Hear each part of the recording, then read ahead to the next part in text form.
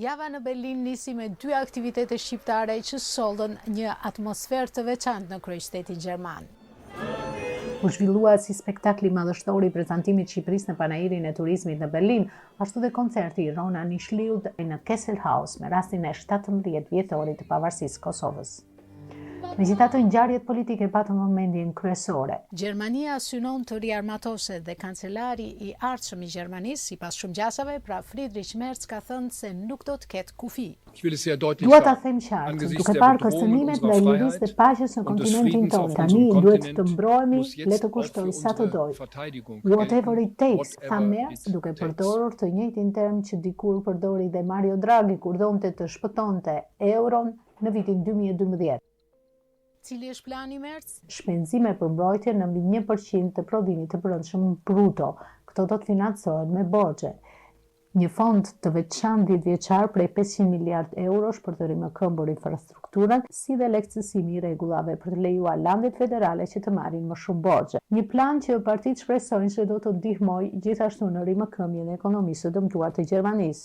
Çdo kush që udhëton në vendin tonë, qoftë me tren apo me makinë, e ndjen që diçka nuk funksionon. Kur shikon shkollat dhe kopshtet e sheh se investimet kanë mbetur pezull, vendi ynë po shkon drejt amortizimit, tha Lars Klingbeil, bashkëkryetari i Socialdemokratëve. Plani është që Bundestagu të votojë për masa qysh javën e ardhshme me parlamentin e vjetër pra. Do të ishte hera e dytë në historinë e Gjermanisë që Gjermania merr një vendim të tillë me një parlament në largim. Hera e parë ishte në vitin 1998. Kur parlamenti gjerman do t'i duhet jepte dritë jeshile për pjesëmarrjen e Bundeswehrit në operacionin e NATO-s kundër Jugosllavisë. Parlamenti i ri ka një pakicë bllokuese që përbëhet nga e-majta dhe nga AFD-ja.